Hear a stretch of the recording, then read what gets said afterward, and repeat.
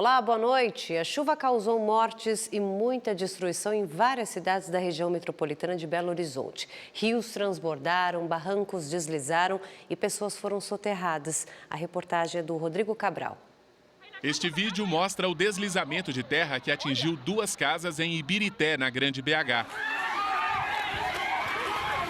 Segundo o Corpo de Bombeiros, 4 pessoas foram soterradas. Os primeiros corpos resgatados foram de um bebê de 5 meses, da mãe e de um menino de 6 anos. Os bombeiros seguem nas buscas por outra mulher. A situação ela é crítica, ela é complexa, difícil, mas nós na corporação trabalhamos sempre com a esperança de que há vida. Outros bairros de Ibirité também registraram desabamentos e deslizamentos de terra.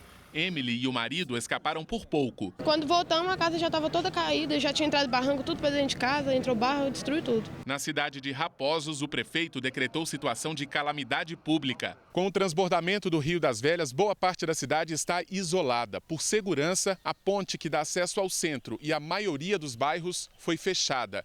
Daqui desse ponto, a gente vê que as casas que ficam perto do rio foram tomadas pela água. Daquela ali, olha só, dá para ver praticamente só o telhado. O alagamento atingiu também a região do terminal rodoviário, que foi transferido para outro ponto da cidade. Segundo a Defesa Civil, pelo menos 3.000 pessoas foram atingidas e tiveram que sair de casa. Estes moradores ficaram ilhados e subiram para o terraço do imóvel. Como a cidade ela é dividida pelo rio, 70% se concentra de um lado e os outros 30% na outra extremidade. Nós temos sim pessoas que ficaram isoladas nesse momento. O Rio das Velhas transbordou também na cidade histórica de Sabará. O alagamento atingiu a principal avenida na região central e bloqueou um trecho da estrada que dá acesso a Belo Horizonte. Em Contagem, também na Grande BH, uma cratera se formou nessa rua que foi interditada depois de um deslizamento de terra. Esta casa também teve que ser isolada por causa do risco de desabamento. Cerca de 150 famílias estão sem moradia. Muitas estão abrigadas em escolas. A chuva provocou muitos transtornos em Belo Horizonte, que teve o dia mais chuvoso dos últimos 110 anos. 5 córregos e ribeirões transbordaram. Avenidas foram fechadas. Neste bairro, uma casa desabou, mas ninguém ficou ferido. E as buscas pela mulher desaparecida em Ibirité foram suspensas às 9 da noite e serão retomadas na manhã deste sábado. O Exército chegou a Iconha, no Espírito Santo, para ajudar o Corpo de Bombeiros, Defesa Civil e voluntários. A cidade foi uma das mais devastadas no estado por conta da chuva forte. 7 pessoas morreram e 2 continuam desaparecidas. Mais de 3.000 pessoas estão desabrigadas ou desalojadas. Dezenas de pontes foram destruídas e comunidades continuam isoladas. 3 irmãos morreram num incêndio em uma casa em Paraty, no Rio de Janeiro. Eram 2 meninas de 4 e 7 anos e um menino de 5. Vizinhos tentaram ajudar no resgate antes da chegada dos bombeiros.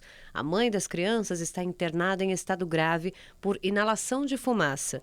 Apenas os 4 estavam na residência. A perícia já descartou a possibilidade de curto-circuito e a suspeita de incêndio criminoso.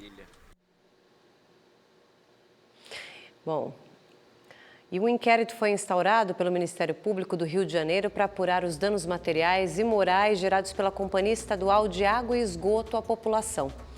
9 milhões de pessoas foram afetadas pelas alterações na água fornecida pela SEDAI.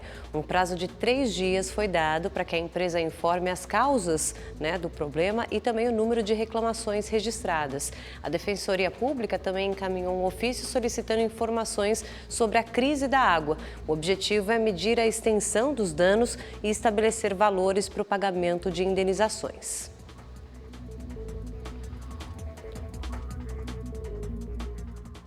Em decisão liminar, a Justiça Federal de São Paulo suspendeu o SISU assim que terminarem as inscrições. Os resultados não poderão ser divulgados e essa medida vai valer até que o governo comprove que o erro na correção das provas do Enem de 2019 foi completamente solucionado. Também nesta sexta-feira, o Ministério Público Federal pediu a suspensão das inscrições do SISU, do FIES e também do ProUni nesse primeiro semestre do ano, para que seja feita uma auditoria no resultado do exame. O INEP, que é um tipo de braço do Ministério da Educação, responsável pelo Enem, assumiu erros já nas notas, mas afirmou que o problema foi corrigido.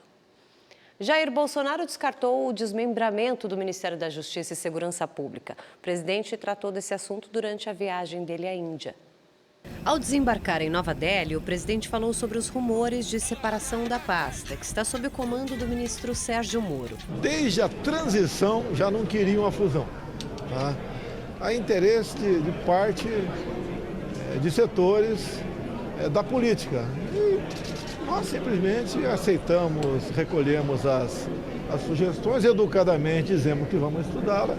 E os ministérios continuam sem problema. O Brasil está indo muito bem, a segurança pública, os números demonstram que estamos no caminho certo. E a minha máxima, time que está ganhando não se mexe. Então, como que foi a conversa com o ministro? Todos que está descartado, nem precisava responder. Aqui no Brasil, o presidente em exercício, Hamilton Mourão, se encontrou com Sérgio Moro. Diz que a reunião foi feita para que o ministro apresentasse ideias sobre a Força Nacional Ambiental e que a separação das pastas da Justiça e da Segurança Pública não foi discutida, mas fez questão de demonstrar apoio a Moro. Se o presidente perguntar a minha opinião, e aliás nós já conversamos, ele sabe que eu considero que a situação atual que nós estamos vivendo é um time que está vencendo, Então, a gente usando aquele velho chavão, o time que está ganhando, a gente não mexe. E ainda sobre a viagem do presidente Bolsonaro à Índia, nesse sábado, ele vai se reunir com empresários. 5 acordos comerciais devem ser assinados, principalmente na área de biocombustíveis. Bolsonaro volta ao Brasil na próxima terça-feira, com expectativa de oficializar a nomeação da atriz Regina Duarte para a Secretaria da Cultura. Olha, a companheira do apresentador Gugu Liberato, a Rosemiriam de Matteo, conseguiu na Justiça de São Paulo o pagamento de uma pensão de R$100 mil por mês. Segundo os advogados da médica, essa decisão foi sensível ao momento. Enquanto aguarda as questões legais sobre a herança, Rosemiriam está sem recursos. O apresentador que morreu no fim do ano passado era o mantenedor dela e dos filhos também. A defesa pede que seja reconhecida a união estável de Rose com Gugu Liberato. Olha só, a campeã olímpica Rafaela Silva foi suspensa por 2 anos pela Federação Internacional de Judô. A brasileira foi pega em exame antidoping nos Jogos Pan-Americanos de Lima em agosto do ano passado. Os testes deram positivo para a substância fenoterol, que é comum em remédios para doenças respiratórias. A defesa da judoca alega que a contaminação aconteceu em razão do contato com um bebê. A gente lembra dessa história, A Rafaela vai recorrer junto à Corte Arbitral do Esporte, que é a última instância do direito desportivo mundial. Se não conseguir reduzir a pena, ela vai perder os Jogos Olímpicos de Tóquio.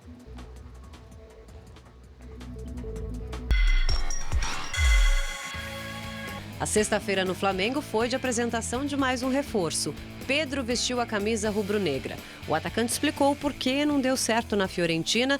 Vinha treinando normalmente, sendo relacionado a jogos, e a minha não utilização acho que foi por conta da comissão técnica mesmo. E revelou também se vai comemorar ou não, caso faça gol no Fluminense, equipe que o revelou para o futebol. Independente do adversário, eu vou comemorar com a torcida. Quem pode deixar o time carioca é o zagueiro Pablo Mari. O Arsenal fez uma proposta pelo jogador que vai à Inglaterra negociar a ida aos Gunners. O Atlético Paranaense encaminhou a venda de Bruno Guimarães para o Lyon da França. O Furacão espera faturar 25 milhões de euros, cerca de 125 milhões de reais. Caso o valor seja confirmado, será a maior venda da história do clube. O volante está com a seleção brasileira sub-23 na Colômbia para disputar o pré-olímpico.